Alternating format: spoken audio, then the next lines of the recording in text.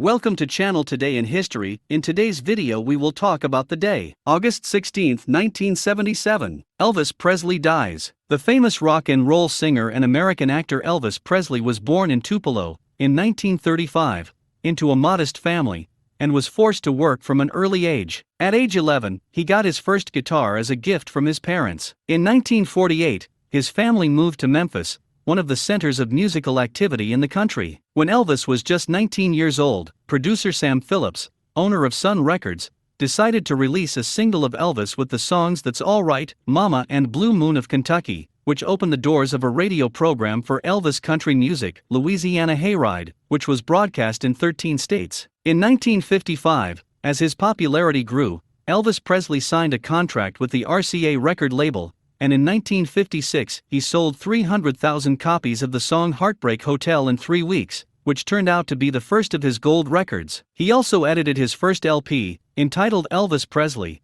which sold 1 million copies, and signed a 7-year contract with the Paramount Film Studios, eager to hire an emerging youth idol who at that time was already causing hysteria among the girls who watched his performances. Their television appearances have become habitual, and the amounts billed for them reached record figures in the history of the media. As his fame spread across the world, some conservative sectors of American society were staunchly opposed to both the character and his music, which they branded as perverted and immoral, in particular for his famous hip movement, whose impact was so immediate that the singer received the nickname of Elvis Pelvis. As the culmination of the meteoric year of 1956, Elvis's first film, Love Me Tender, opened in New York, and the Wall Street Journal dedicated an article to it in which it highlighted the $22 million that had been raised so far for merchandising associated with your image. In March 1957, he acquired the Graceland Mansion in the city of Memphis, which in time would become a place of pilgrimage for his admirers. In 1958, at the height of his career,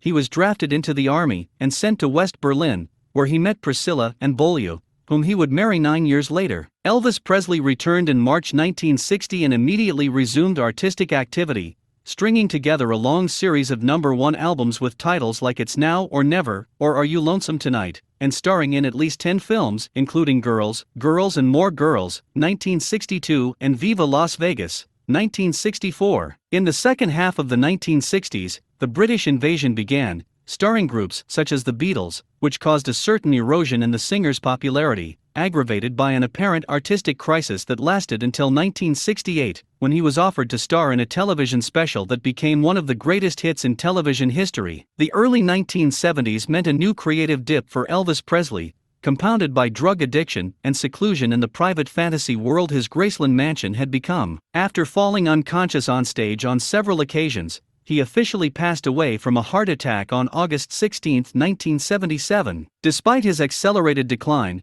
Elvis Presley has become a 20th-century icon and one of the most important figures in history of popular music, as its more than 100 gold and silver records attest. Did you like the video? In the description you will find the blog link with the full article. Give an incentive by subscribing to the channel, liking, commenting and sharing with your friends. Hugs. Until the next.